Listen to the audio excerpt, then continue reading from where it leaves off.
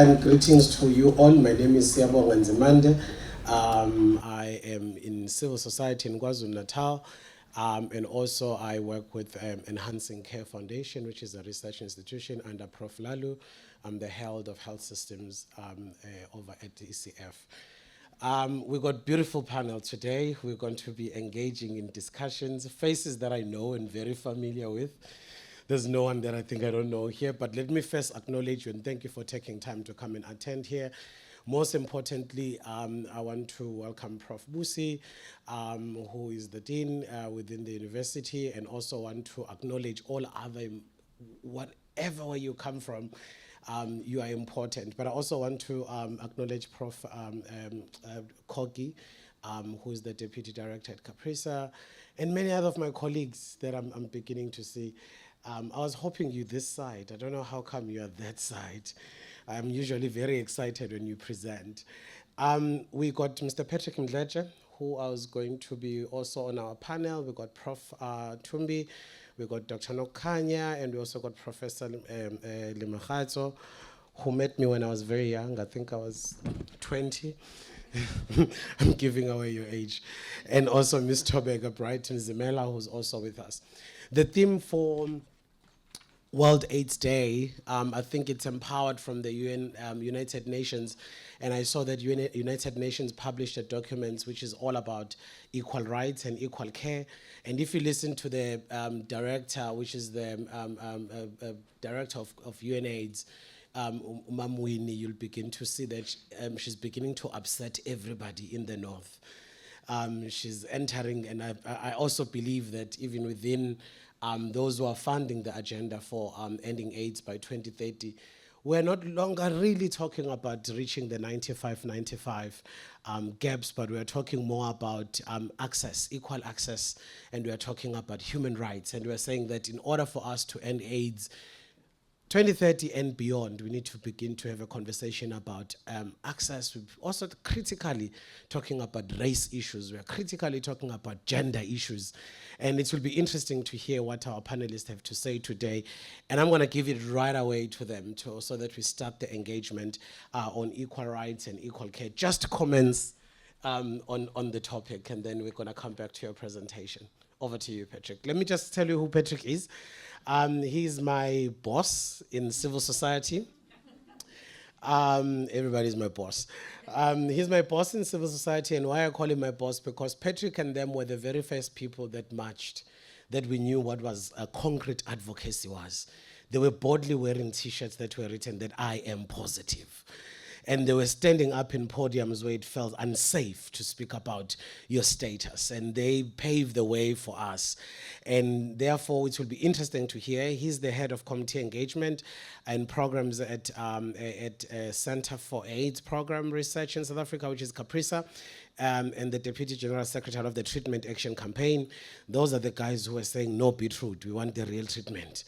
Those are the guys who are saying, no, don't give us the beetroot. We come a long way with this beetroot story. And I don't want to open a can of worms. He will. He has worked in the field, as I've said, even in research, conducting community research with TAC Section 27, and he has successfully led a major community project and has extensive practical experience and knowledge at the health systems in South Africa. He currently also serves as a co-chair of KwaZulu-Natal AIDS Council, which is within the PCA. And I can tell people about your resume until the cows come home. But he was the first guy who took the MEC for health. It was MEC Lomo. And he took him to court. And I thought that was very bold through the, this one is the culprit. And he took him to court simply because they were circumcising boys, not using the dorsal slit, but they were still using the clamp. And there were a lot of adverse events that were coming up about. And Patrick and them were saying, this is a human right violation. Give us options. Over to you. Thank you, Siyabonga. I really do not know what to say now.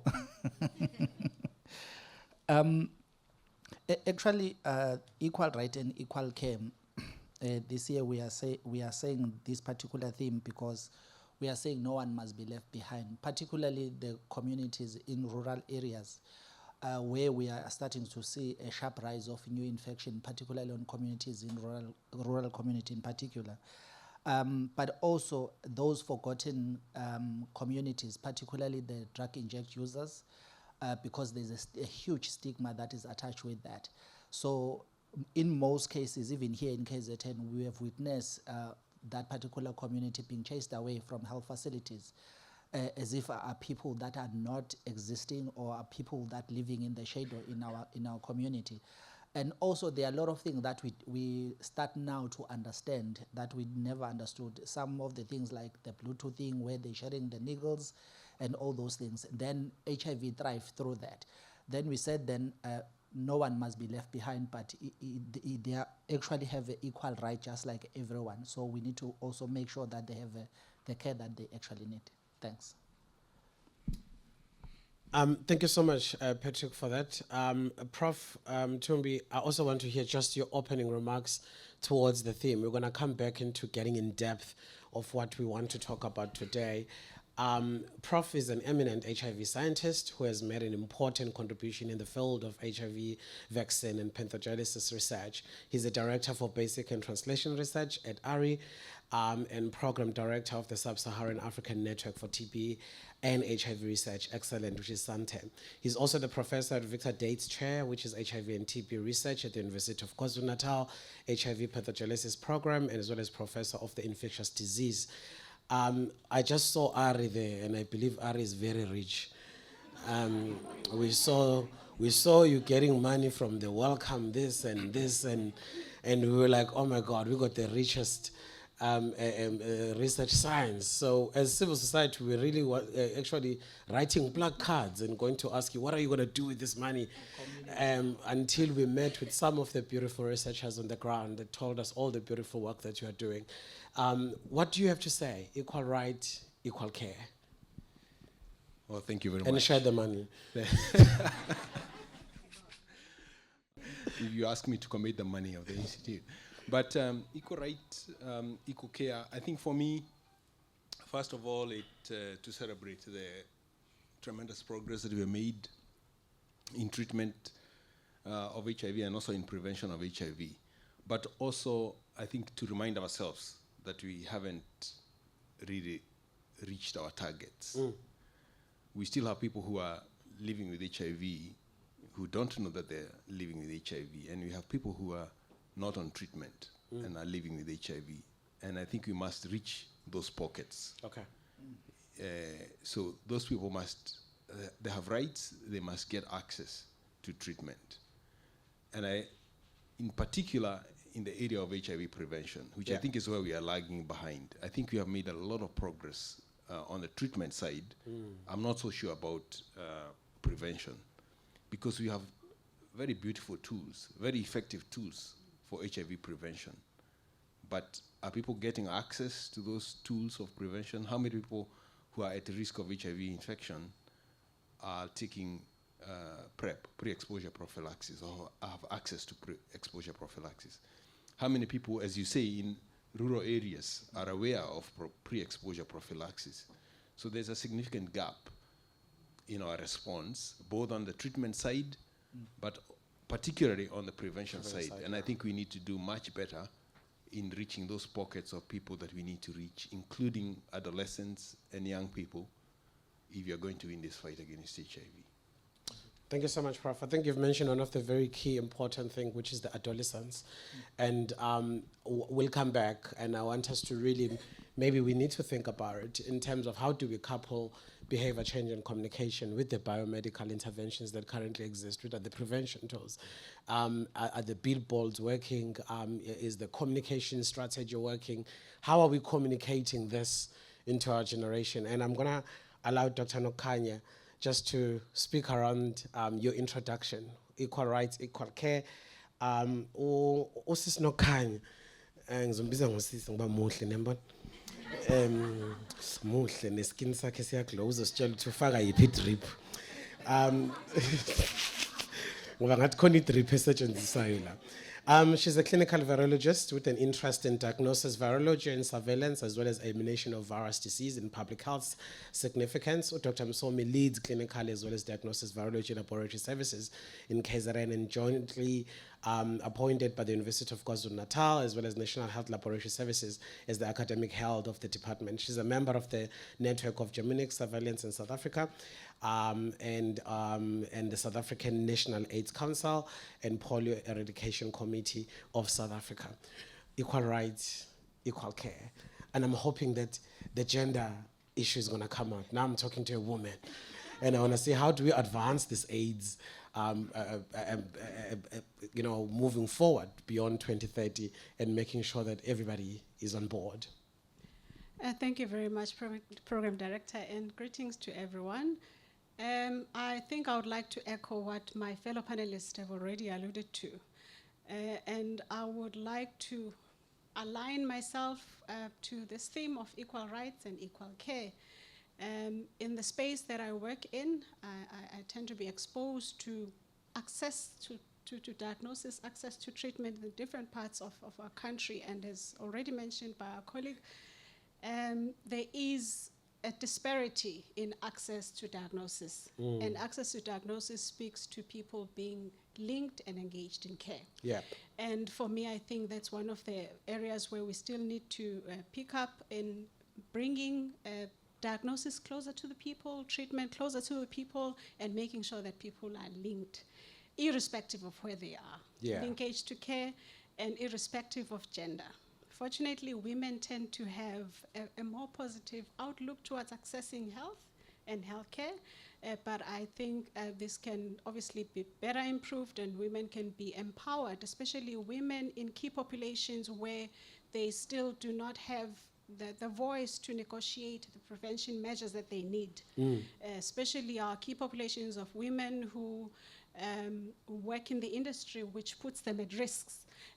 Women who can negotiate safe practices in their sexual encounters. So I think the new treatment that we have, the prevention measures that we have, that can be made accessible to women so that prevention is made real in women. Thank you so much for that contribution. Going over to my prof, Libina, we've come a long way. When I first started working in research, I was still working with Think at that time. And I was a young director, just appointed as a director at Think. And this woman was just always amazing in our regional meetings with TB Alliance. And there were a lot of myths around TB, but you were quite very much fundamental. I remember there was a rumor in the community that used to go around that we are measuring people's height when we put people in TB clinical trials so that we can actually buy them coffins. Because we're enrolling them in this trial because we want to kill them. So when we put you on a scale for your weight, or we actually took your height, the rumor was going around. And it wasn't just in Durban, it was also in Soweto, everywhere. Prof is an associate professor. Libina is the director for clinical trials at Africa Health Research Institute. She has an extensive experience in managing clinical trials and implementation science studies across TB, HIV, and COVID-19. Recently, she led one of the trial sites for successful lenacapavir clinical trial. The long-acting injectable was found to be 100% effective at HIV prevention, and she's in phase 3 prevention trials ever to show zero infection. That's very interesting. Her work includes groundbreaking research in TB preventative therapy, HIV pre-exposure prophylaxis, and COVID-19 vaccine trials. Notable for her research in TB and targeted universal testing, which is TUT. The study influenced South Africa in screening guidelines. Prof, equal rights, equal care. I want to hear what you have to say. Yeah. Did they welcome you in KZN? Did they do a proper welcome? They did. I feel like they left me out. In Mutuba, it happened. It happened. Thank you for the invitation. And I think as a starting point, which has already been mentioned, but I think it's worth reiterating that antiretrovirals medication is still the best thing, the best tool that we have for HIV treatment. And anyone who's found to be living with HIV, as soon as they are diagnosed, should be started on treatment. And the sooner the better, irrespective of who that person is. And we are doing well, I think, as a country in South Africa. We have good policies, we have good guidelines. We are working very hard towards the 95, 95, 95. There's still a few gaps there in certain population groups, your adolescents and other groups that have been mentioned. But I think as we go forward into these discussions, we shouldn't forget how far we have come and celebrate the gains that we have made. Busy with the study looking at a new drug regimen for people living with HIV, and it's not that easy to find new people that are ARV naive. So that shows the work that has gone into finding people and linking them into care. I agree it's not everybody, but we have done well, and I think we need to celebrate that as we go forward. But we're not doing well when it comes to pre-exposure prophylaxis, as been said before. Currently, there's about 5 ways that one can take pre-exposure prophylaxis, and only one is available within our public sector clinics, which is the oral PrEP, a pill a day to prevent acquiring or reduce your risk of acquiring HIV. It can be accessed at primary healthcare facilities, but we still need more community engagement to make people aware of it. The other 4 methods, we still don't have access to them. There's the dappering, it's there in government, but I don't think it's available at every facility. So that's the second method. You can use it, it's a long acting because you just need to insert it once a month. Then the third method is our long injectables. We have the 2 months injections, which is cabotegravir, has been approved by SAPRA, but it hasn't finished all the regulatory requirements that it can be available at every pharmacy if you get a script, or you can get it at a primary healthcare facility. We hope we'll have it next year. Secondly, we have the 6 months lenacapavir. The results came out this year. We're looking forward to Gilead fast-tracking the process of the regulatory processes so that it can be available even in our country, as the studies were also done in South Africa. The last 2 methods are still in research, but I think we need to keep them on the radar so that we include them in our menu as soon as possible. Number 4 is the BNAPs infusions, which is antibodies that can be infused into your blood so that you can reduce your risk of acquiring HIV. They might not be cheap, but it's another method. And lastly, there's preclinical work that has shown that similar to the implants, you can look for contraceptives, you can also do implants for antiretroviral therapy, and that on a long-term release can also reduce the risk of acquiring HIV. We might not have the vaccines, but we have definitely increased the tools for HIV prevention. We just need to make them accessible. Thank you. Thank you so much, Prof, for that. Wow, what an introduction. I hear a huge loud of advocacy around there, that we need to advocate as well in moving the pharmaceuticals to actually advocate for access and also for the regulatory bottlenecks. And I think we have a lot of work, Patrick, because we know how to, Prof, maybe you guys don't know how to put on your techies and write the black cards. We know. Tell us the door, and we'll be there. We know how to doi. The next speaker is the real proof of information alone does not change people. People change when they see those around them change. This next speaker who's going to introduce herself, which is Ms. Tobegile Bridget Mzimela. She's currently a graduate with Bachelor of Social Sciences in Criminology and Psychology from the University of KwaZulu-Natal. Alongside her academic pursuit, Tobega is dedicated a businesswoman and traditional healer, bridging modern education with indigenous wisdom. She also serves as the secretary of the campus HIV and AIDS support unit at CHASU. And I hope that CHASU management is here. Where are the decision makers at CHASU? Because this is where we're making the real change, where we're impacting the young people within the universities, and they are the ones who are spreading the gospel. And we're beginning to see real change. I'm an advocate of this. Equal rights, equal care. What do you have to say? Quickly. Greetings, everyone. In terms of equal rights, equal care, for me, I think the theme is very broad and can actually help a lot of young people. From the rural area of which I come from, when it comes to PrEP, as much as they know that there is PrEP, but they don't have all the knowledge that they need, because one thing they say is, why should I take a pill to prevent taking a pill? So that is one question which I always try to fight and try to advocate. And I really do think that the Department of Health should target rural places so that the youth of those rural places don't get infections, new infections, because we are trying to fight new infections within young people, but then we can't do that alone as a community, but then we also need the department to help us in those advocacy projects that we're doing. Thank you. Thank you so much. Let's dive deeper. Yeah, please do clap. By no means I'm trying to restrict you. Let's dive deeper. I'm going to take two of my panel, and I want them to go deeper. They're going to tell us what they think of our current situation, where are we, and where should we be, or where are we heading? We may not be where we're supposed to be, but we are somewhere. Where are we?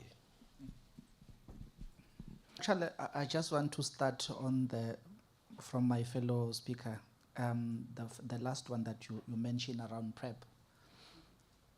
If I can jog back your memory, sometime in 2020, before the launch of, before the shutdown, the country shutdown, there were clear programs that were in place of launching a PrEP.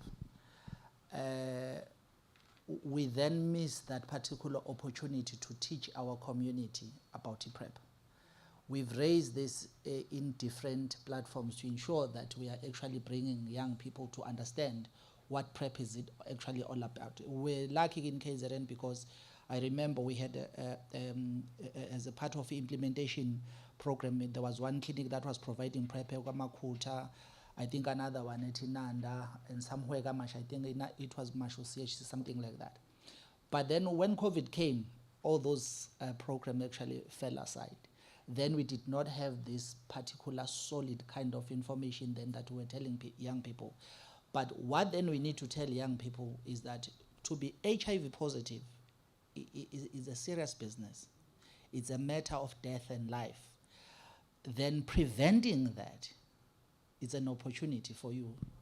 So we need to ensure that young people do not mix these two. Because it's a fallacy to start to think that taking PrEP to prevent HIV is also equal the same to take the treatment the rest of your life. So clearly, we haven't done a good job as a civil society in terms of articulating this to help young people to understand, because these are two different things. Also, this invite this particular generational gap that we have in our society, or either in our community, even at our own homes. Parents I'm not sure whether we are afraid or we miss this understanding, these two things, love and spoiling kids. Sometimes we're spoiling kids and thinking that we love them, so we mix these two. To a certain extent that our children, they are mostly unguided. Then they'll go out there, then try to find their own feet, and then friends will then misinform them even further. So we need to have this kind of a generational talk between the young and the old to ensure that we close that gap. We as parents be there in our children's life. Mostly young people feel that we as parents sometimes we misunderstand them. As a result, even sometimes we as policymakers, we seem to think what young people want. A typical example, science have proven beyond reasonable doubt that PrEP really works, but then still young people doubt it, and they're still having sex without condom. It's because we are two different generations. That the earlier generation of people who witnessed HIV and they knew, to them it's a story, it's not a reality. They have not witnessed, they've not seen anyone dying of HIV, because that is true, they haven't. So then they're not actually associating with that. So the problem then that we are faced with today, even young people, when they tend to be HIV positive, then it is for that reason then that we start then to see these challenges, particularly the issues of loss to follow up, sometimes missing their doses, and all those.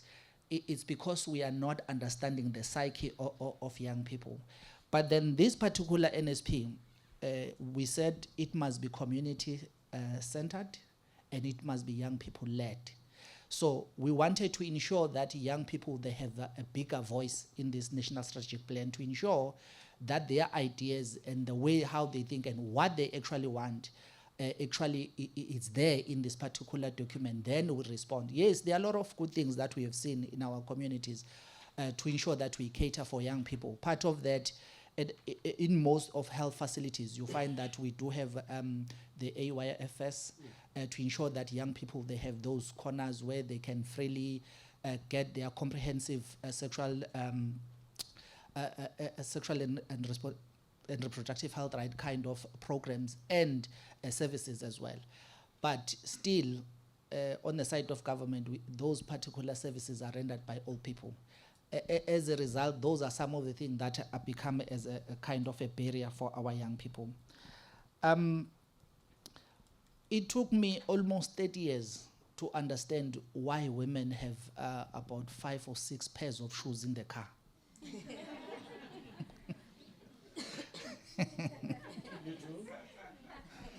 All of them, they are culprits, I'm sure they do.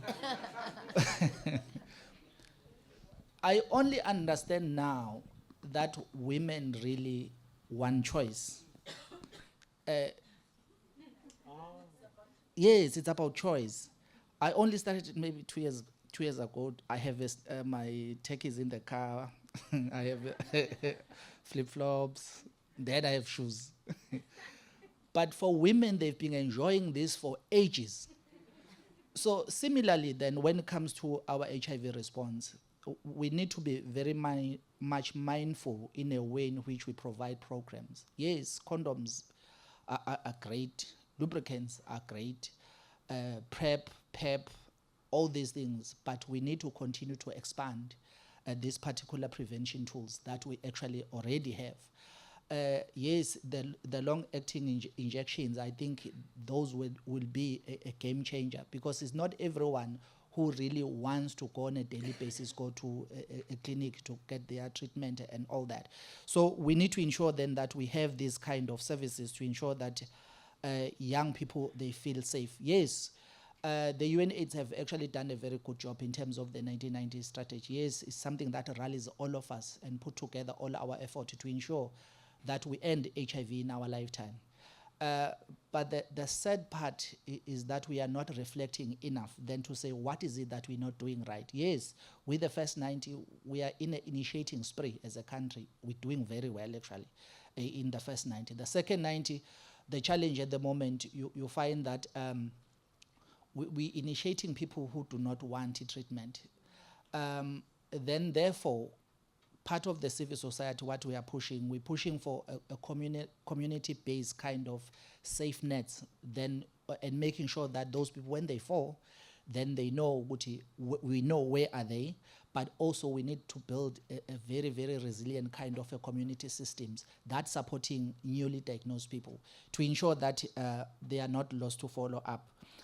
Then the third 90, as I said earlier, this particular problem of people defaulting on their treatment now and again, simply, it just says we need to ensure that those that are newly diagnosed, there are systems that are put in place to ensure that they continue to adhere on their treatment. But couple that with the psychosocial support, because one, it's a shock that you are HIV positive, the next thing you got ARVs.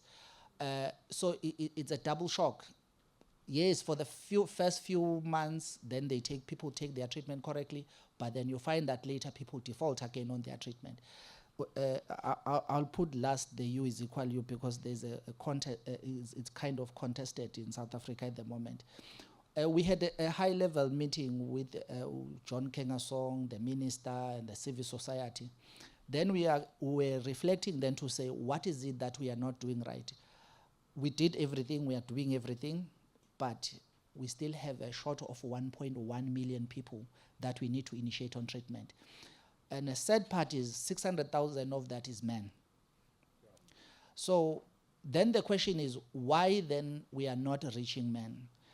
There are a couple of ideas that were put forward then to say why men are not part and parcel of the healthcare system. But then we look then to say, where are the men? Then men are actually at work. Then it questions then the very same workplace programs, whether these particular programs, are they fit, are they working, are they not? Then we've learned that these particular programs, they are not working for most workers because there's a stigma attached to that. One, if they test HIV positive, probably my status will be known by my employer, and then that can be used against me in the future.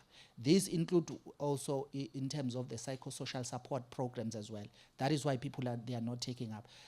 Like right now, when we go to a community, like right now, you'll find that we test almost the very same people or different people in the community, but we are not testing people at the workplace, meaning people with the buying power are the most culprit that are not testing. They only test later in their life when they are really sick. So those are some of the challenges. The last one. Yep. Go for it. I'm sorry. I talk too much. I'm sure you've heard that the minister was actually have agreed on what we propose as civil society, the 6 months supply of treatment and all that. We're looking at ways and means of reducing the influx of people in our health facilities to ensure that there's an easy access of treatment and all that. That is a big game changer. However, Department of Health, on the other hand, have a serious challenge with that. Part of me, I agree with them, because you find that people once they newly initiated on treatment, they adhere on treatment for the first 3 to 6 months. After that, they think they got it, and then they default again. So the 6 month supply is great, because it will indeed reduce it will reduce the influx of people in our health facilities. But we need then to couple that with a very strong community kind of program where we give necessary support. The U is equal U, the department is saying undetectable is equal to untransmittable, isn't it? But then they say it may not transmit HIV. Yet UNAIDS is clear on the matter. So we as civil society, we took a position as a civil society then to say we support the UNAIDS on the matter. We are saying undetectable is equal to untransmittable. Why? We cannot just simply not agree because we are afraid of the legalities that may come for the department. But we are supporting because, one, we want to reduce the stigma that we're seeing at our community. Yes, we want to normalize HIV at our community level. Mostly the external stigma it's high because it's at 16 point something now, but the internal stigma is a serious issue. Then U is going to provide us with that particular kind of a platform or a way or a tool to ensure that we reduce stigma at the community level and normalize HIV. And also people living with HIV, then they'll actually get more support than what actually happening at the moment. Others then argue then to say U is equal in South Africa is not relevant because at your first encounter, your sexual encounter, you don't ask a person whether are you HIV positive, are you taking your treatment. We don't ask people that. We just hope that you take your treatment, probably you'll use condom. So there's a lot of those, I hope, and then, yeah. So, but again, U is equal U, it's a tool that we think we need really to support, but at the very same time, making sure that we encourage that people then to take their treatment correctly and adhere on treatment.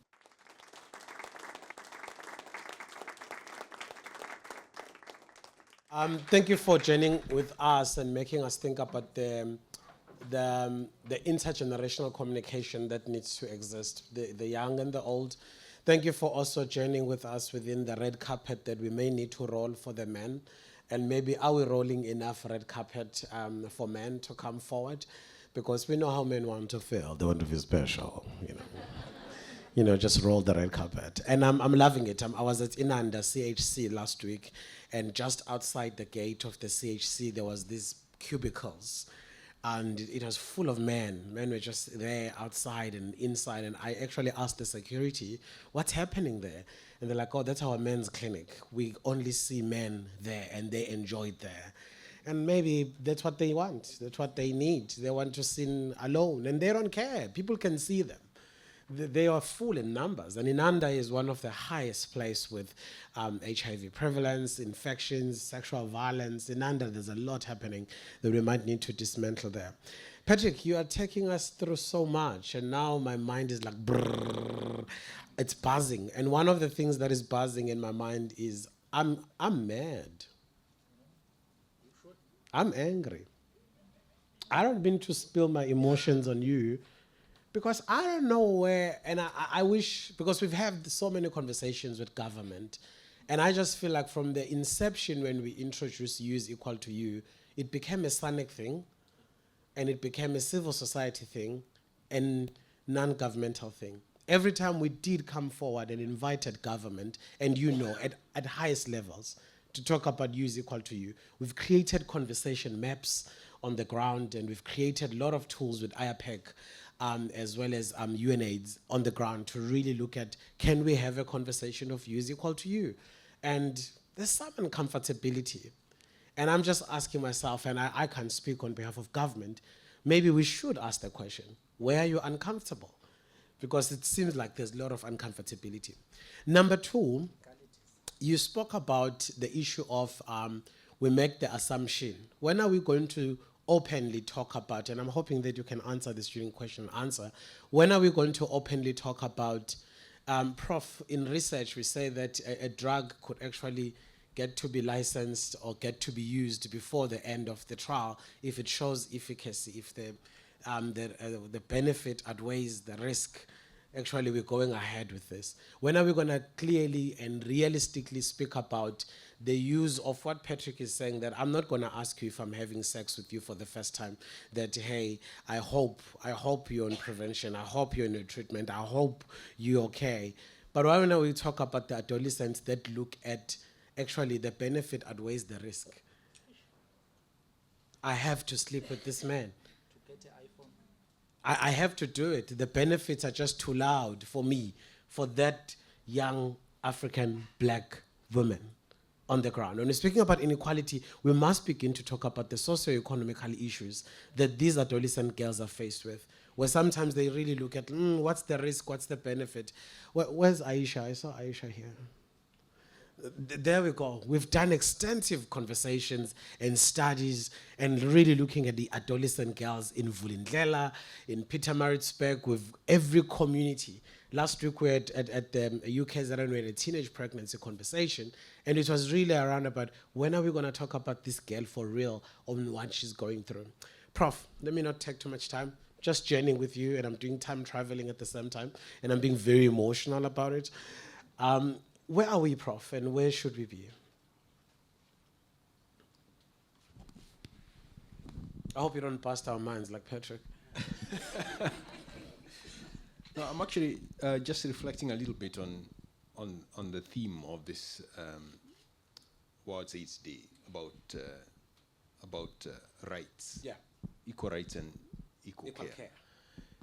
And I think one of the things that we also tend to forget is that South Africa has been very successful in mounting a very rights-based approach to preventing HIV. Perfect. And to fighting HIV, which is the right way to go about it, because it means that we need to reach out to all those pockets of people that are not being reached, whether it's treatment or prevention.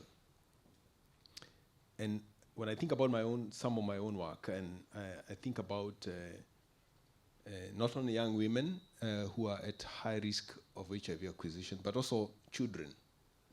We do a pediatric study in northern KwaZulu-Natal. And this study started in about 2018.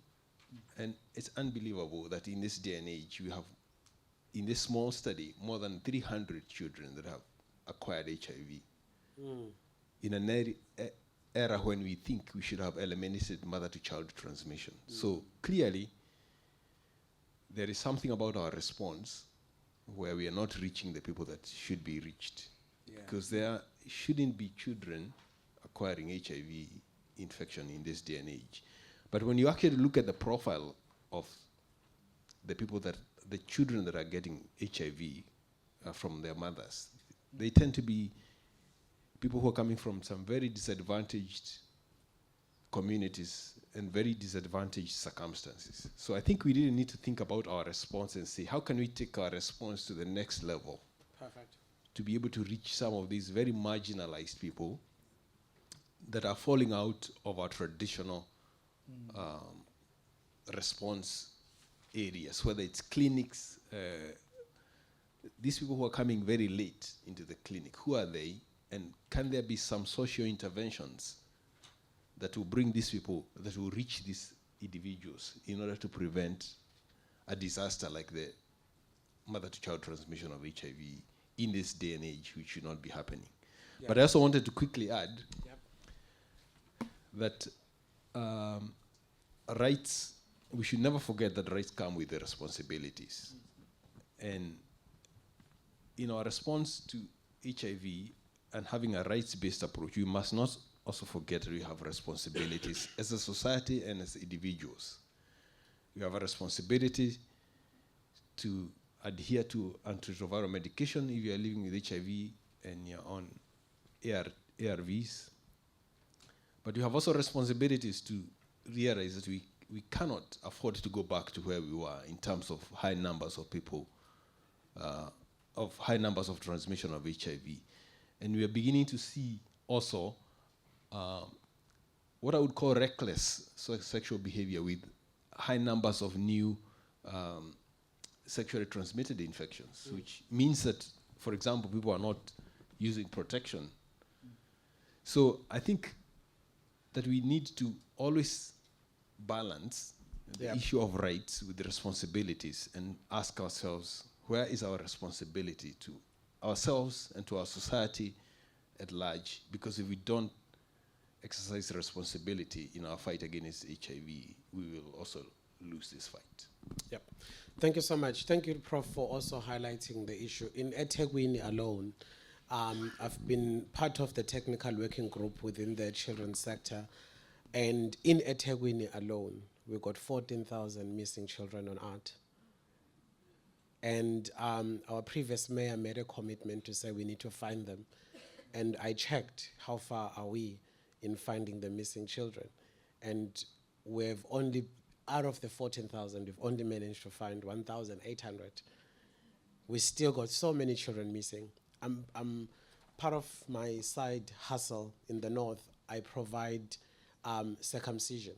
I have 2 clinical associate and professional nurses that are providing circumcision from 10 to 49 in the north. And it's very sad because part of the circumcision is that you must provide HIV testing. And of course, the parent will sign at home, send the child go, and then they don't even come to bring a 10-year-old to do circumcision. They don't come. They send the consent form, sign, and let the child go. Then the counselor will go through, and then you find the child is reactive. You can't even do partial disclosure to a 10-year-old. You have to get the parent to be involved ethically.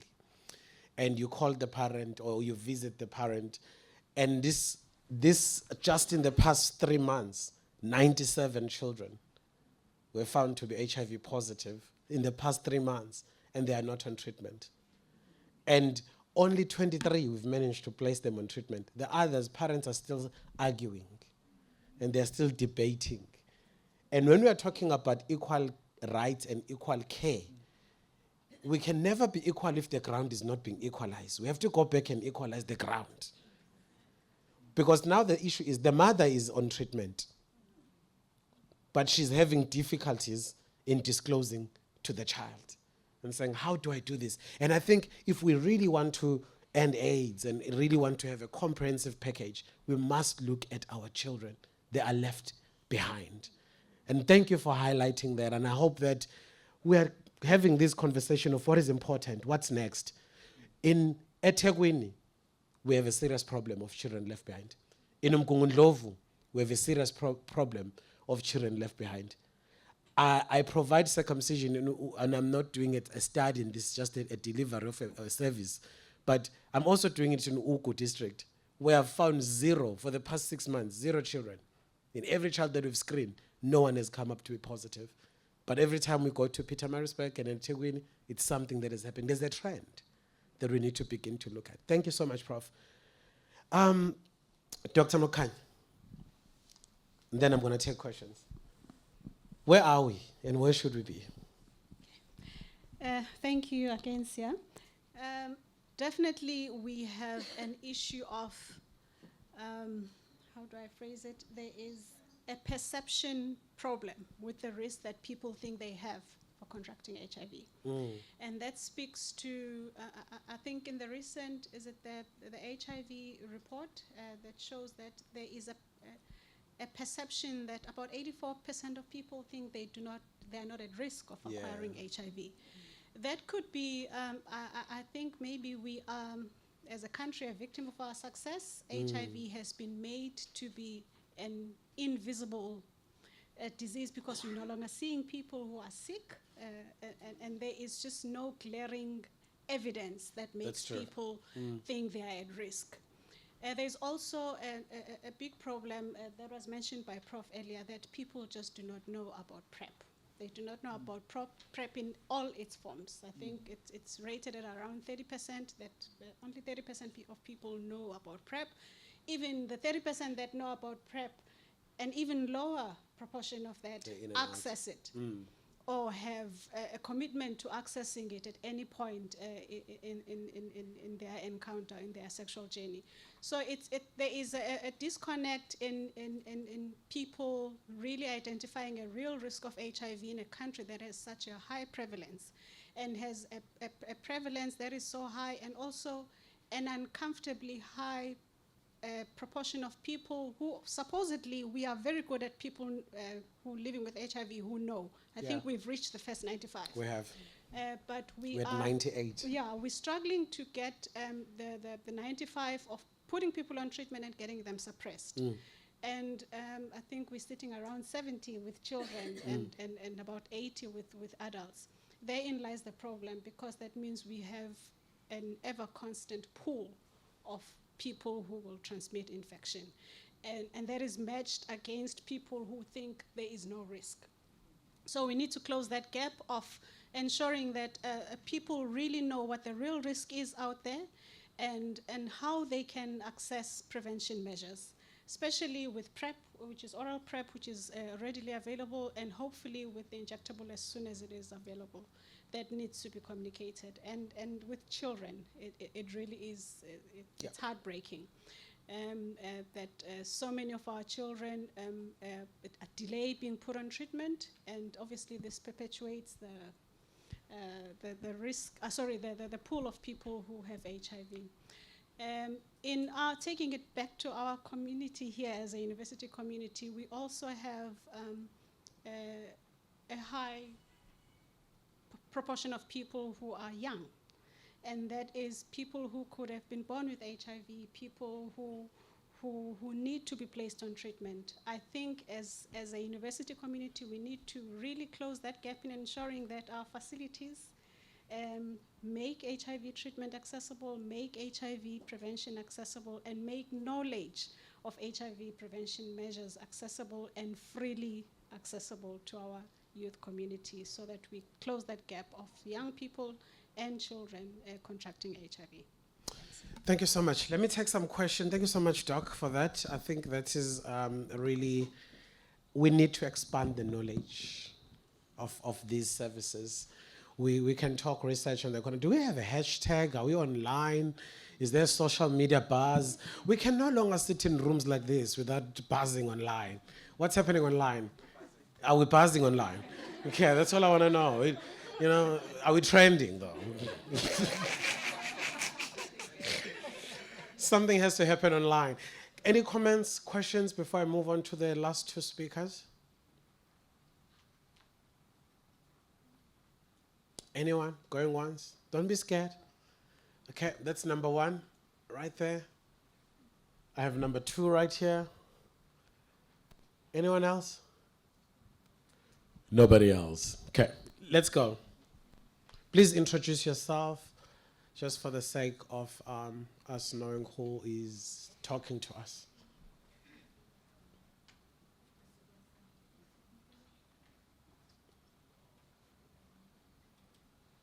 Pinky, awukwazi ukupress imic use kanje.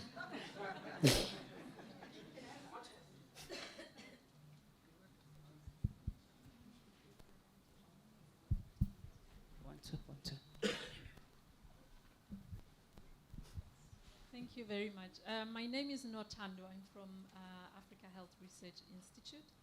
My question is, I guess, directed to all the panel members in a way, because I've heard a lot of interesting, very progressive science, advancements that is happening. And I think Patrick talked about choices, women wanting choice, and Prof. Thumbi also talked about, responsibility and perceptions and everything else. And I'm just wondering, how can HIV scientific advancement start aligning with people's preferences, their wants, and their indigenous knowledge, rather than continually enforcing and imposing behavioral change that may conflict with those cultural values and lifestyle choices? As a behavior scientist, I work in behavior change, mental health. I see that we really push all the time for behavior interventions. And a lot of the time they fail because they're really contrary to cultures. So is that not the scientific community's responsibility as well, rather than continually creating new things and shiny toys that are really not aligned to our way of life? Sure. Thank you so much. That's a bold question. Should we really be continuing? Somebody laughed at me 3 years ago when I wrote a social media post, and I was like, maybe Africa needs also to start researching based on their own preference of indigenous knowledge. And somebody said, lol, good luck. And it was someone that we fly all over. When you're doing clinical trials, you're always being invited there, you're flying there. And someone said to me, good luck.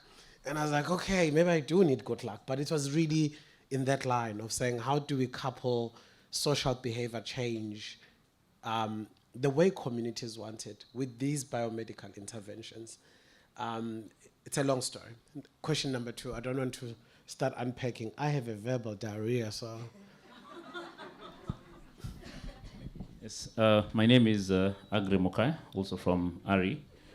I was just reflecting about working with adolescents, especially in areas where there are so many social problems. And I'm just wondering about, do you think there's opportunity when you're engaging with young people to focus interventions more on the social determinants, the livelihoods? Because when you talk about a young person evaluating risk versus benefit, that I would rather sleep with this man, get this phone. Do you think there's appetite and opportunity, both in advocacy and research, to target interventions that are focused on uplifting livelihoods? And how should research and advocacy change so that we are in a position to support this? Thank you. Thank you so much. We have programs, and we call them the dreams. And beyond dreams, there were river programs, My Life, My Future. There were a lot of programs in South Africa that were Zazi. And then when she was done knowing herself, which was Zazi, we said she conquers. And then when she said she conquers, we're tired of she conquers, we said she decides. It's like, gosh. And then now we are saying Zikala Kancha. Yes, check and pilo. It's like we keep changing these behavioral change components, but when you really open it inside, it's just the same thing. I had an opportunity of working with Lifeline in 2010 and 2011 as the provincial manager, and we were in the sex worker program. And we thought that sewing, teaching ladies to do hair beauty, and sewing and makeup is going to take them off the street and it will eliminate their, and we were disappointed. Sometimes when you drive at night, you're like, what are you still doing here? We thought, and they're like, who said? Who said I want to sew? I'm making more money here. And that's why we are saying, after all, sex work is work. We're still working. I want someone to take that question and can also, please, let's pay attention to this one. Okay. Patrick? Yep. Oh, Okay, Prof will come back to you. Okay.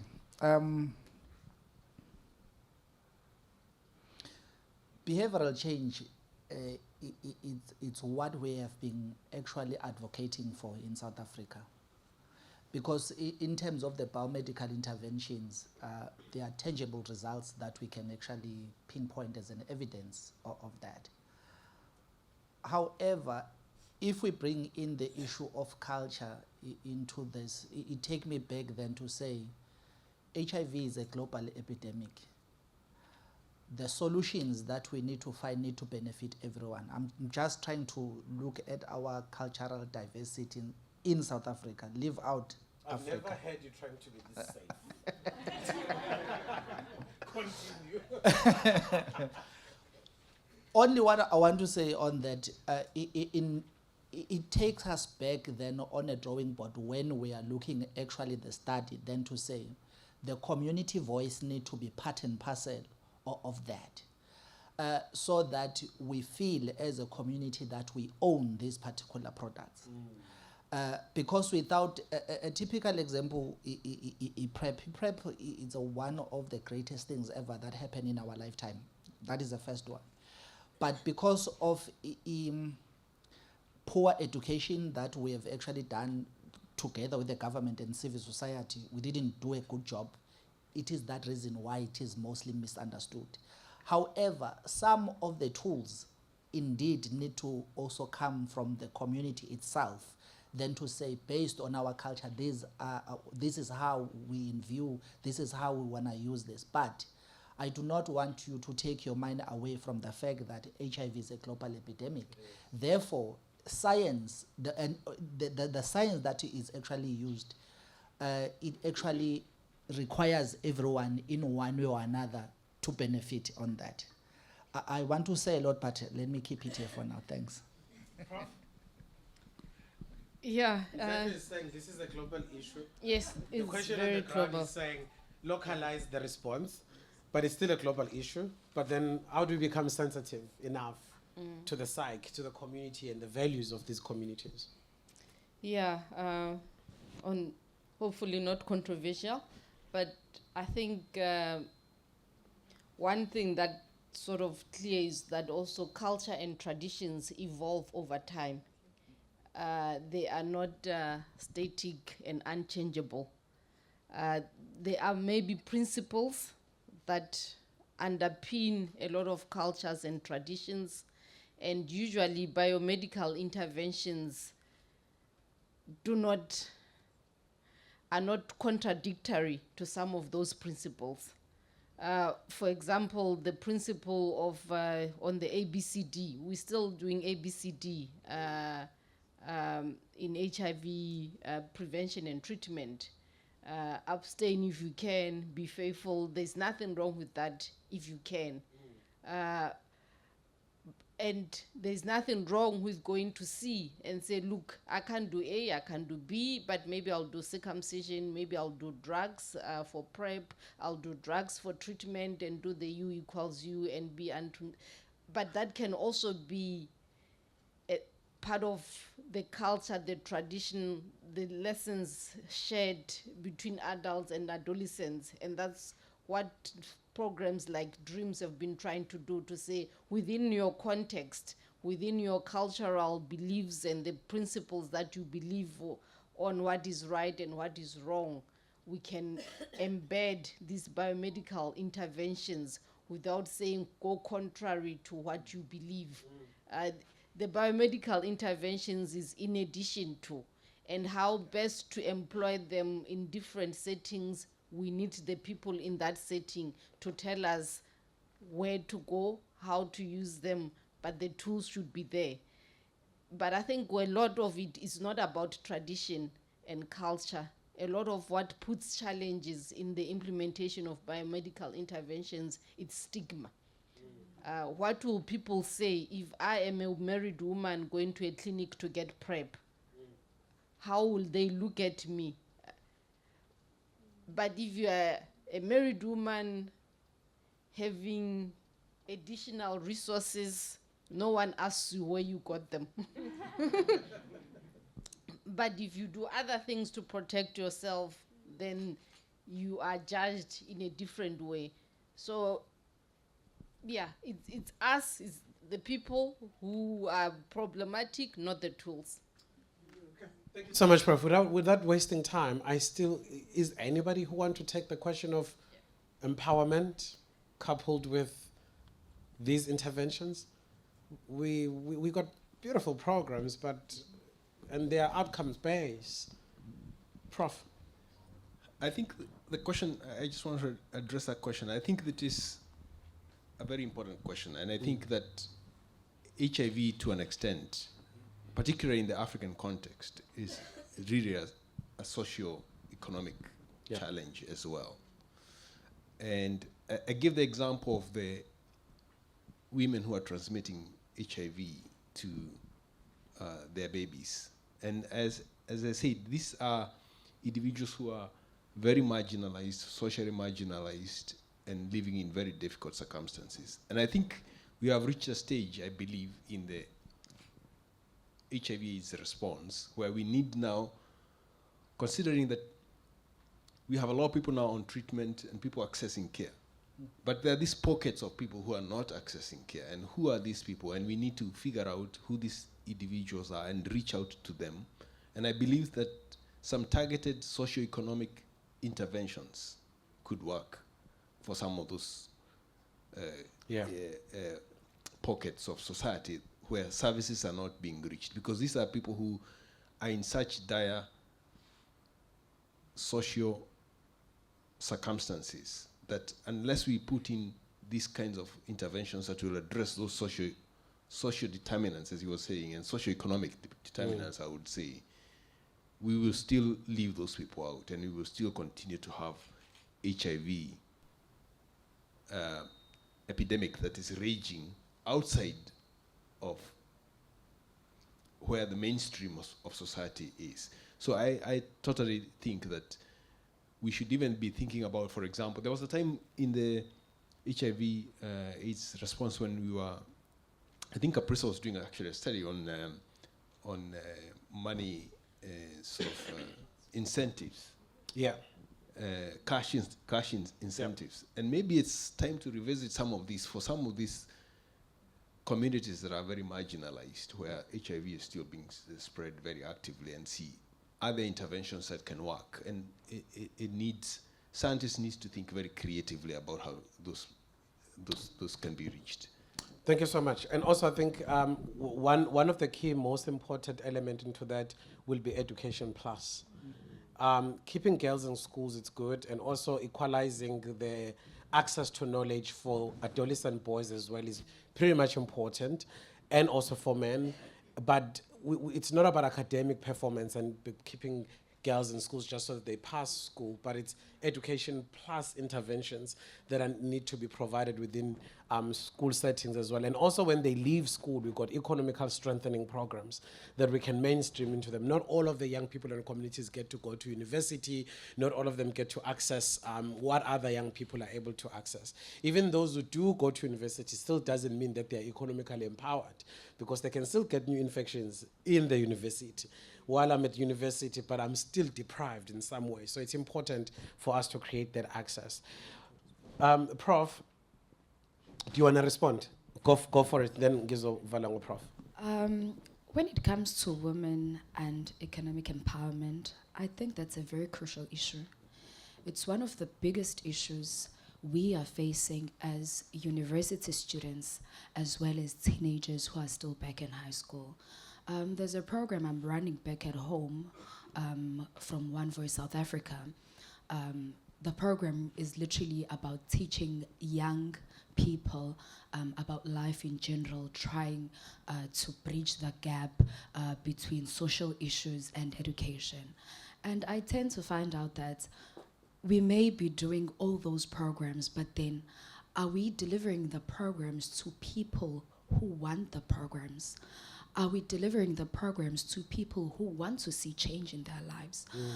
Because when we come from rural areas to the city to study, one thing that happens is social media affects us a lot. When I say social media affects us a lot, we see people trending on IG and TikTok, and we don't know. We got adults here. Can you talk about what is IG? Oh, it's Instagram. They lost. It's Instagram. Corgi doesn't have any idea. Could see in a verse. So we see somebody living a very lavish and good life on IG, but then we don't really know what took her to living that life. And also getting BBL. Yes, and getting BBL. And then when you get to university, you find these men approaching these young girls because they're seeing their bodies. And when these young girls are being approached by these men driving sport cars, the latest Mercedes, the latest BMWs, they're actually saying, I'm gonna be living a good life. Not knowing that you actually have to use your body for that man. As a commodity. Yes, for that man to actually help you live that good life. And when us peer educators try to spread the word, like they tend to be like, is she talking to me? I want that Ted Baker handbag. I want that Steve Madden shoe. Is she going to be giving me that if she's saying I should stop doing this? And that's when we actually tend to raise the question, do these people want the programs that we are running for them? Yeah. Or whenever it is that we make programs at Howard, they're only there for the food that we're going to be giving them afterwards. I know, even Are at they- Edgewood. Kenneth is Yes. suffering at Edgewood. Yes. Are they only When there? there's no food, only 5 Yes. students hand out. Are they only there because of the gifts that they're going to receive after the program? Because looking at the statistics that we've been receiving, there's not much change that is happening. We are able to reach out to those who actually want to be reached out, and to those who still see themselves changing their lives for the better. But then some of them think they're in too deep, and they don't think that they can actually still change and be who they are and afford the lives that they want to live by not using their bodies. So I really do think that there's still a lot of work that we have to do, especially with young people. Because another thing is, with young men also, there's this trend, I'm sitting on the edge of the chair. there's this drizzle change. What's that now? Oh, drizzle. It's actually a trend where young men want to be in relationships with women who can afford whatever lifestyle that the woman wants. And the woman also have to give the young man money. Oh, so it's drizzle. Yeah, so it's drizzle. It's either you have it or you don't. Okay, I'm old. I was born in 1985. So with the statistics that I recently received is that young men are getting newly infected with HIV and AIDS. And they do go and get tested, but then they don't go for treatment. The reason why they don't go for treatment, we all know men don't like going to the clinic. Men don't like seeing doctors. They just feel like it's stuff that women should do and not them. Whereas a person is not realizing that their life is at risk if they're not going to be taking treatment. Because as much as they may be living drizzle, but they never ask the woman, are you on treatment? Can we condomize? Because they'd be like, no, I just want to hit it raw. I don't want to condomize. So you're not condomizing is putting your life at risk. Thank you. Yeah, drizzle. Thank you so much. Please do clap for that. Prof, you're my last one, and then I'm going to take closing comments. Where are we? and where should we be? You've already mentioned a lot about the prevention tools, and you emphasize a lot on we need to add more on the basket, advocate for some. What do you think is the way forward? How can we push, or anything else that you think could be beneficial for this conversation today? Just remember, drizzle. Yeah, yeah. I should have taken a notepad to write all this new terminology I'm learning today, and I'll probably impress somebody somewhere that I know. I know what's IG now. Yeah, I think just on where you ended, to also say there's a clear consensus, not just within the civil society, but within the scientific community as well, that unless we address the socio-economic issues, we shall not address HIV, we shall not address TB. A big component of the current National Strategic Plan on HIV, TB, and STIs 2023 to 2028 is focusing on the socio-economic factors. And as you know, these strategic plans are written by people in the medical field. It was very difficult to set the targets of what we mean by socio-economic improvements. How many new jobs do we want to see created for us to address HIV and STIs? The targets might not be clear, but we know what is needed, is that we need political leadership, we need economic empowerment of people if we need to address HIV and TB. It's not just the medical interventions. We need to have more jobs, we need to have more people gainfully employed in some form or entrepreneurship, something happening in our economy, and less people dependent on others. That's how you can then avoid the drizzle and others. Yep. But in terms of way forward, looking at the prevention of HIV menu and the options and the choices, is that we need to continue to do more research. And know I'm talking to the right people. Yep. We can't stop now. We might have more options, but we need to continue looking. It's not enough what we have in the basket. We haven't had success in HIV vaccines. We know HIV is difficult to find a vaccine that works. We've been trying for the last 20 years. All the phase 2, phase 3 studies have failed. We're all going back to phase 1 studies. For the sake of ending HIV, for the sake of the next generations, we need to continue to look. We can't stop finding an HIV vaccines. The long injectables and other things are definitely much better than a daily pill in terms of adherence and possibly long-term adherence. However, an HIV vaccine that can be taken once in a lifetime, we still need it. If we can find it, let's continue to look. It might not be today, it might not be next year, but we cannot give up. We can't. We just need to continue looking for a vaccine that works. We now know things like lenacapavir showed 100% protection in young women. In men who have sex with men, it was 95% protective.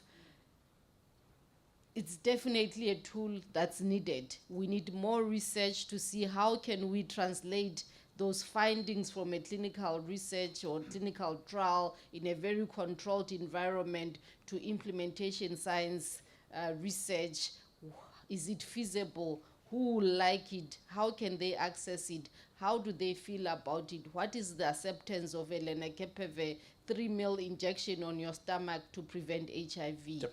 It's not, giving it in a clinical trial is not the same as putting it in a clinic in Mutuba. What does that mean in a rural setting where there's load shedding and other issues and access to other primary health care services barriers? I was pleased to see that Unit 8 has funded WHRI to do some of that work, and I hope more funders will come to fill the gap of how do we translate the findings of this wonder drug, 100% protective, into closing the gap from clinical trial to program. And I hope also as we move on with the research, our governments, our policy makers are also looking and planning ahead to be ready to adopt the new tools as they become available. Thank you. Thank you so much. Wow. Unfortunately, time is running out for me. Do we have any questions any other questions on the floor? There's a hand right at the back. And then I'm going to come back to Dr. Nakanya. I'm going to reverse this way, closing remarks, and then I'll close with you. Greetings, everyone. Good day. Hi, good day. Is it good day? Good morning. Morning, still morning. Doesn't matter. My name is Dando Shoba, and my question is directed to Mr. Patrick, I guess the second speaker.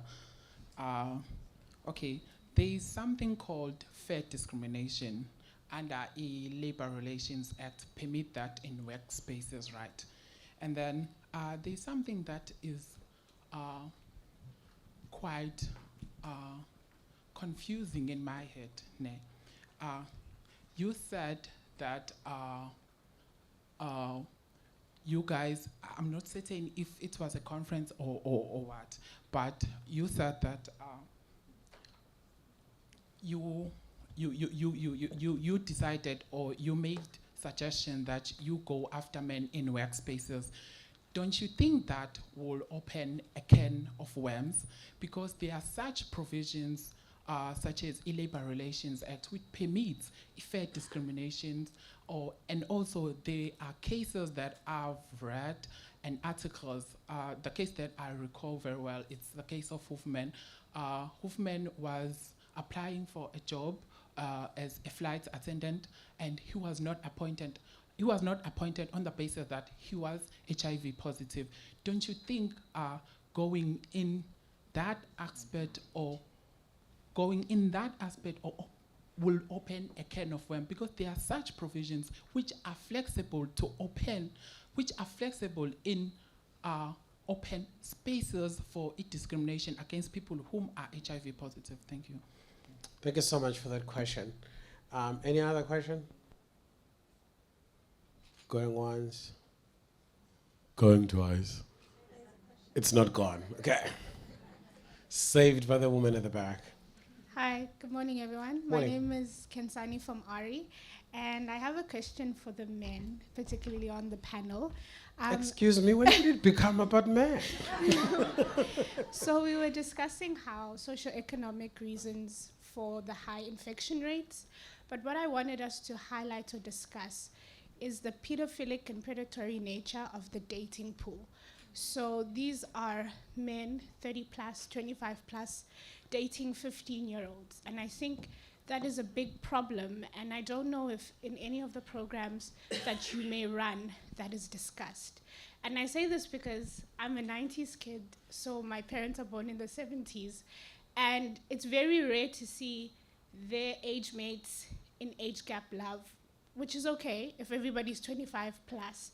But what we're seeing is that there's a lot of very young people in relationships with much older people, and not all of it is just authentic age gap love. And I think that shift in power dynamic also affects women being able to say, I prefer to use condoms, or I prefer to abstain, so on and so forth. So I think it's kind of running rampant, especially in the communities that I come from, where you're seen as silly for dating your age mate, or not forward thinking for gunning for, the rich taxi owner in your neighborhood.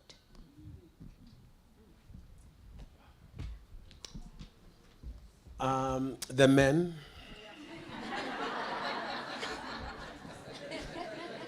I don't identify as a man.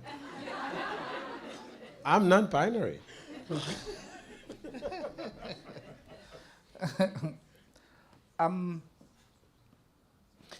Actually, our proposal, my brother, is that we noted at the community level that most men, they are not there during the day. Then they miss all the different programs that we actually have at the community level. Then we then said we need then to look then to say where are these new infections that are actually coming from. Then we realize when we're speaking with young women, they say, normal they say who pays the piper calls the tune, meaning men, they have more power to determine what kind of sex that's gonna be happening on the day. Meaning we are not testing then the right people. We are leaving out men that are actually working. Because we also realize that men, they are not taking up the workplace program that are provided by the employer. But then this particular program is not going to be run by companies. It will be run by government. Like I'm calling all the implementing partner, whether they might be funded by CDC, PEPFAR, or either Global Fund, then to shift our resources, focus also at the workplace. Also, the plan also is looking at how are we going to ensure that at the hub, at this firm or we need firm space, or either the companies, we also create a pickup point, treatment pickup points, and then also services come to them instead. The case that you're referring, I think is 1998, if I'm not mistaken, somewhere there. It's almost impossible in South Africa now to discriminate a person because of their HIV status. We even took this further to even to the army, because they were saying people know they cannot deploy them because they no.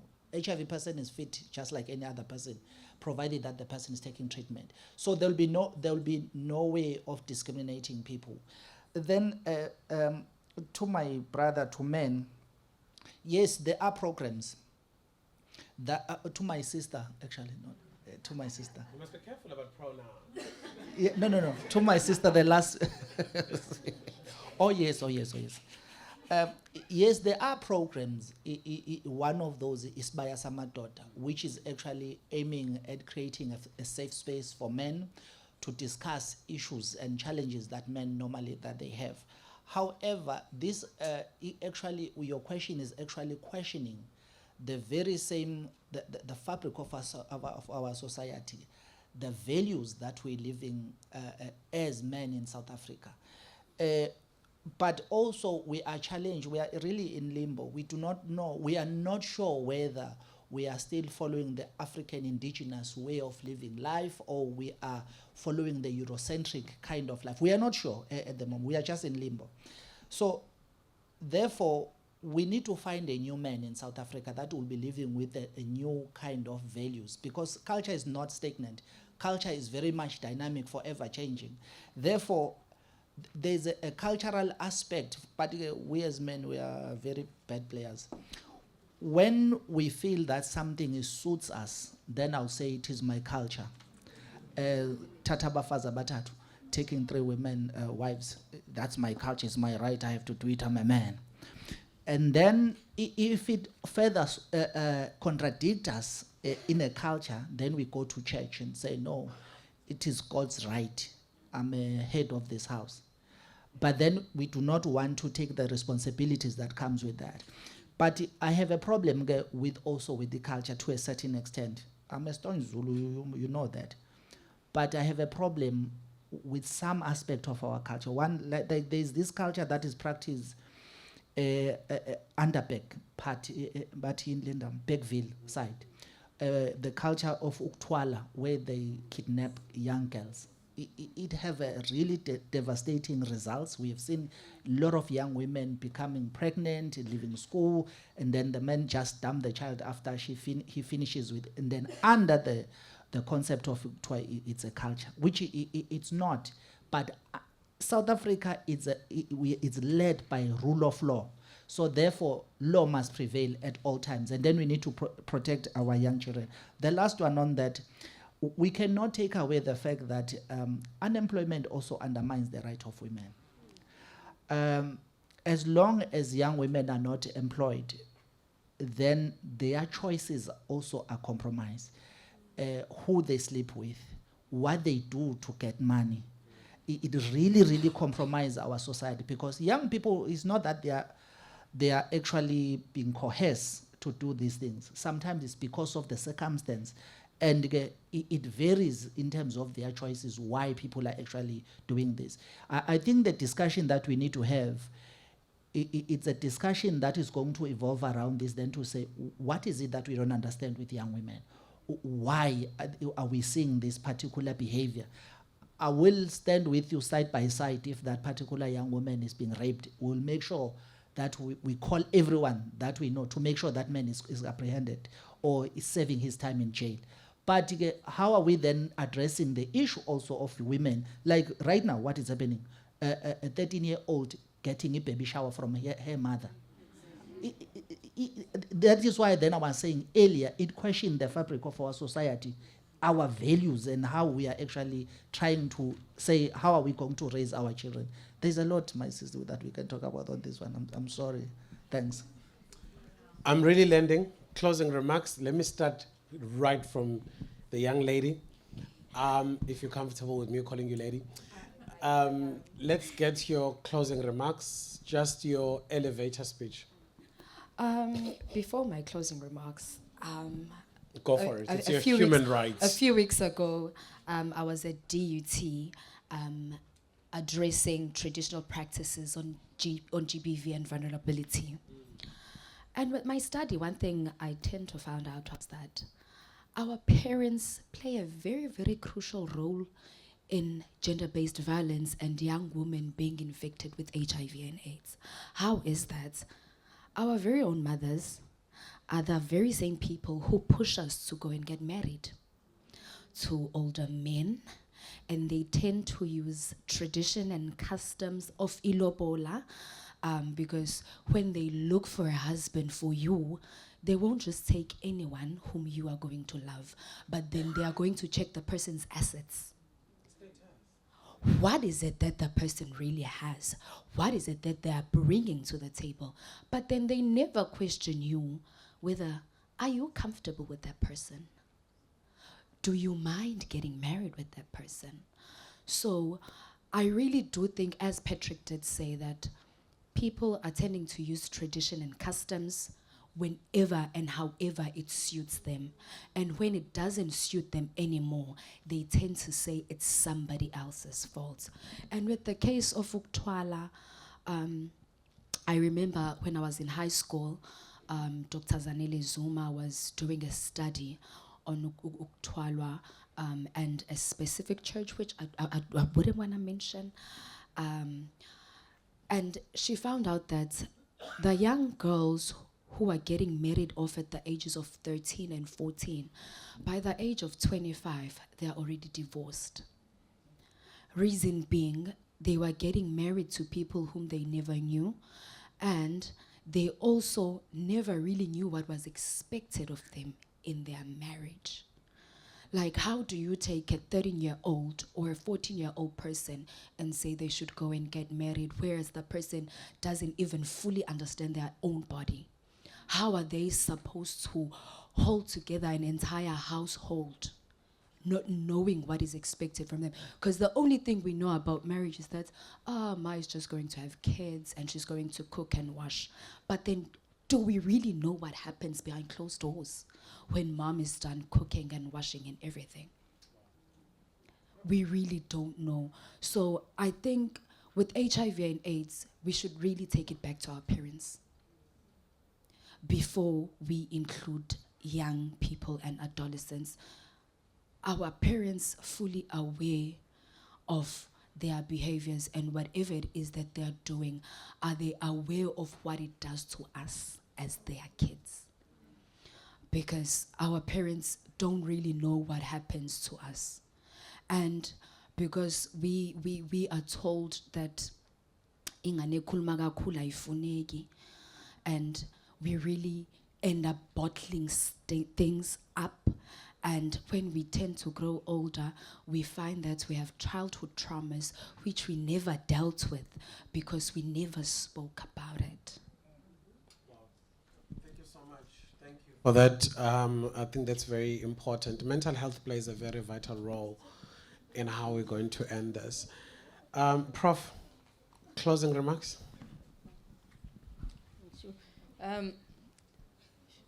Okay.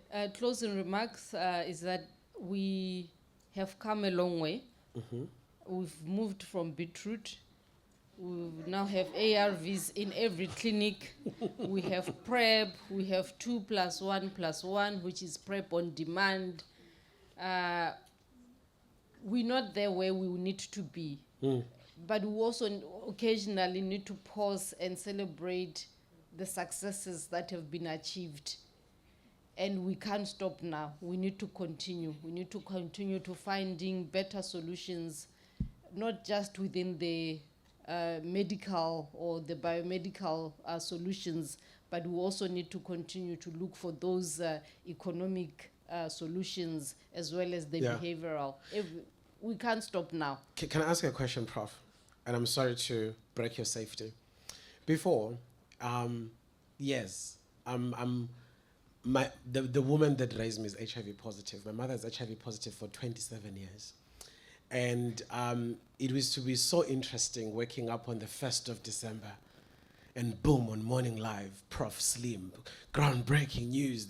This has been found. So many people, there was so much hype on the 1st of December that was there. For me, as a child who was raised by an HIV positive mom, and also for her. And also I could see how it also affected her when we had a president who was a denialist. Don't want to mention names. And I remember we used to live in a flat in Pinetown, and I was doing grade 11, and she says to me, "Did you hear what the president said today? I can't believe we're going to be free. This has been..." And she's a medical professional. She's a nurse. But she was just at one stage saying, "I am no longer going to be taking ARVs. How can a virus cause a syndrome? How can a syndrome..." All of that. So there used to be a lot of good news, groundbreaking news when you around World AIDS Day, but also there was a lot of controversy. Suddenly, I feel like we are just becoming normalized. Even if you see Prof Slim on the news anymore, it's like, oh, okay, what is he saying? And you move on. How can we bring back that edge? That edge is gone. It's like even on the news, when Prof so-and-so is on the news, groundbreaking news, there's no longer that. The excitement. Yeah. How can we bring it back? I think we need to have more groundbreaking news. That's the only way to keep the excitement. When the Lenakepebe results, I wasn't there, but I've watched the video a few times. Yeah. Linda Gail Becker presented the results, and the whole room stood up to applaud that we've really found something that can reduce the risk of acquiring HIV by 100%. Wow. This was the first time. Yeah. And she got a standing applaud for the results. So the more good news we find, the more groundbreaking. If we keep on saying the same thing, it's true, people get bored of us. If we keep ARVs groundbreaking research. And we've been saying that for a long time. It's the same old message. It's the same good message that we need to share, but maybe people want to hear new news. Let me challenge you. If you're still in the same position in the next 10 years, you have done your job. You haven't done nothing. We need to, I always say, if you're in research, you work yourself out of your job. Otherwise, unless there's going to be new invention. Yeah. But, Kogi, next 10 years, you can't be employed.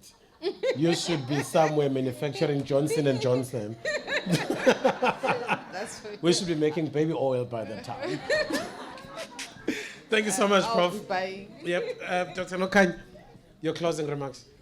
Thank you very much. And echoing what my colleagues have said, I think maybe as a university community, some of us who engage in basic translational and implementation research, I think we need to unite the science that we do, the research that we do with policy and activism. Yeah. But maybe add to that, I think what's coming through is how we communicate. We need to communicate to people in a language that speaks to their heart and that speaks to their understanding of matters. What we've learned from HIV prevention research is that it's not just one intervention, whether biomedical or non-biomedical, that works. Collectively, everything works cumulatively to result in a better outcome. And I think we need to do that with every approach we we have towards HIV prevention treatment as well. We need to ensure that we do programs that deal with drizzle. We do programs that ensure we do programs that ensure that a woman does not feel the stigma to have to, does not feel the pressure to have to negotiate condom usage. So make long-acting injectables accessible, freely and really accessible. I think we need to also borrow from the recent COVID. If there's one thing that we learned about COVID was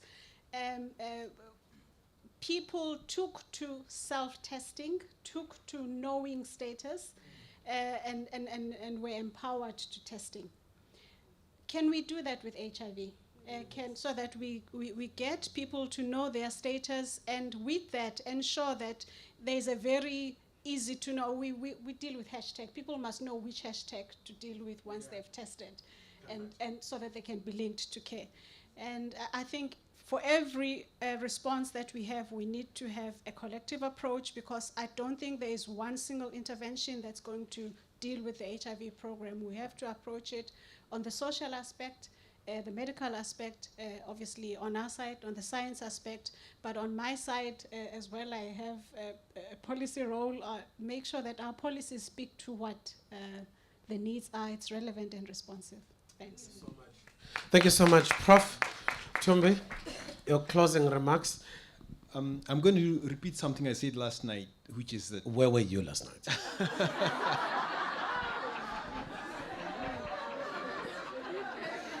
It was on a radio interview. And what I'm going to say is that we must not forget what brought us to where we are. We have had a lot of success, and that success has come because of research and innovation. That success has come because of leadership, and that success has come because of partnership and collaborations. So we must continue in those three areas. We must continue to do research and innovation.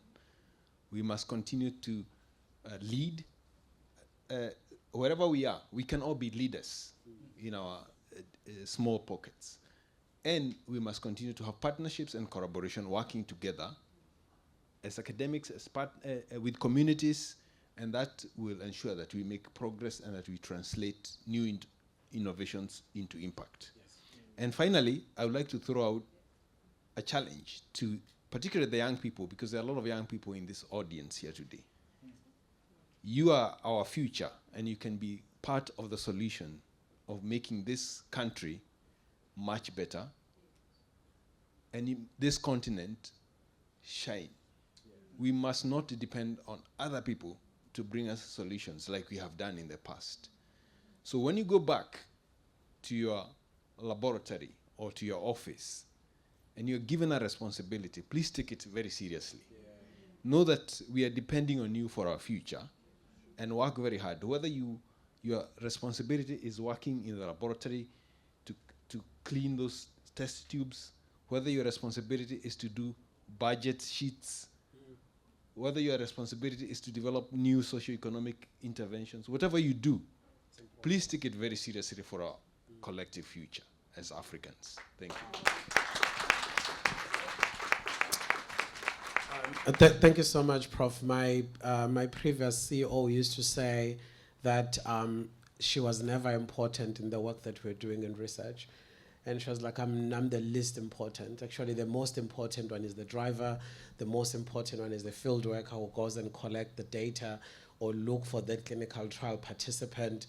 And she's like, I'm just a cheerleader. The real game players are those who are on the field. Thank you for affirming that, because sometimes you find that people really feel like I'm less important. But thanks you for shining the light on the importance of what everyone is doing.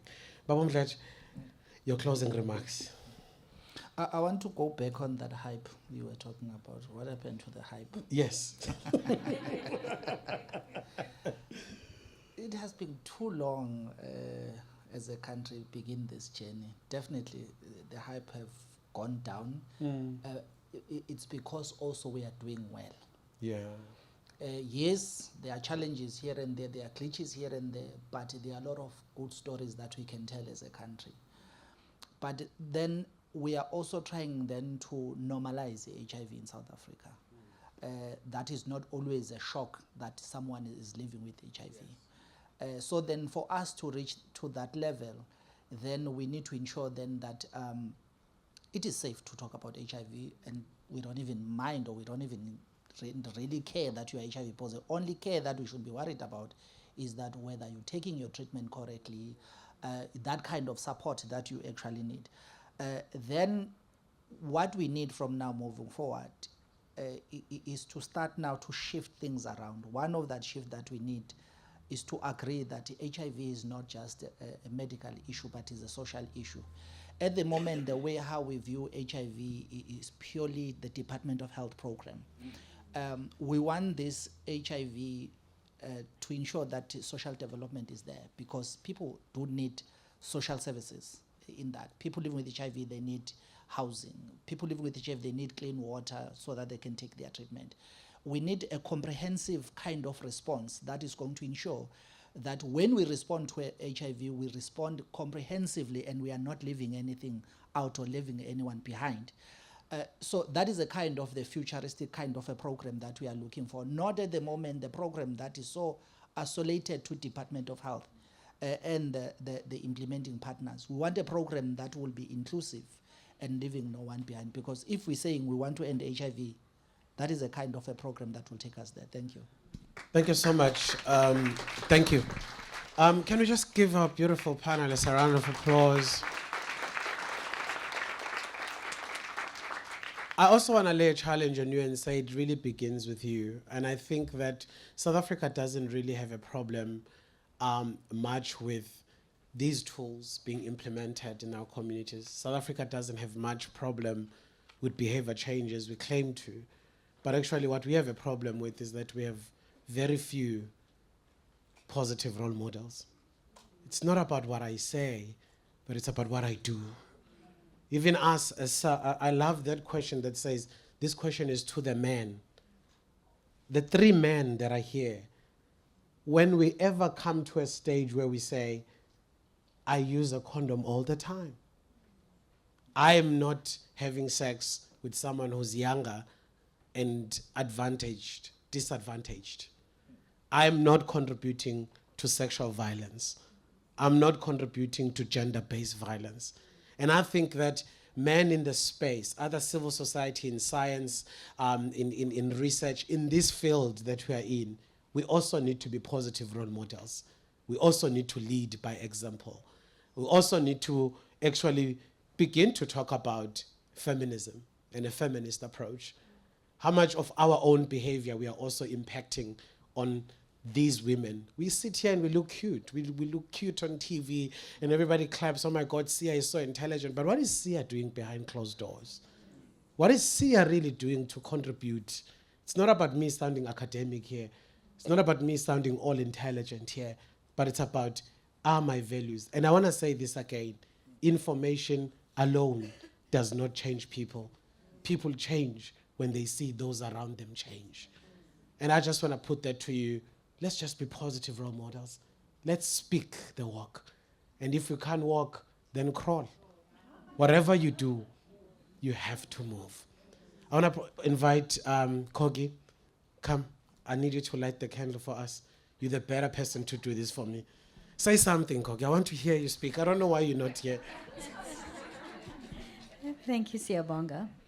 So in the theme that you had today, equal rights, equal care, and a lot of issues emerging around behavioral change. The challenge, our generation didn't deliver. We didn't deliver a cure, yet. We delivered treatment and we delivered strategies to prevent. We are in the process of delivering fewer dosing days of either treatment or prevention.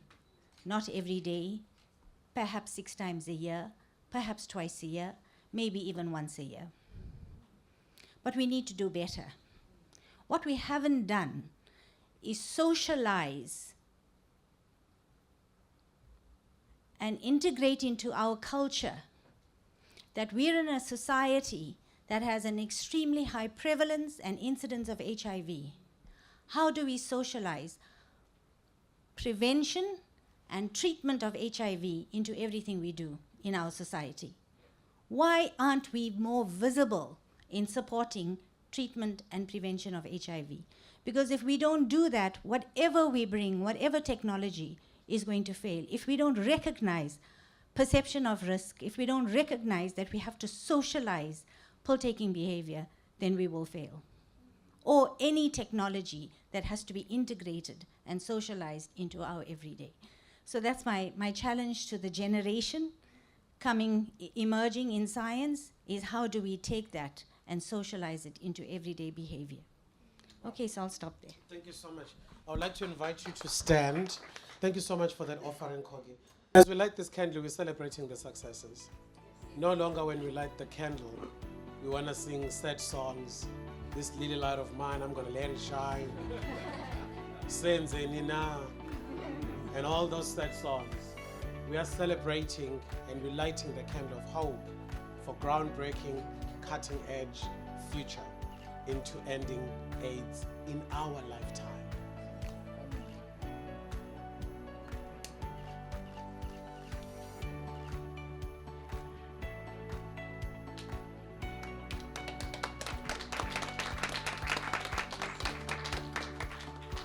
Thank you so much.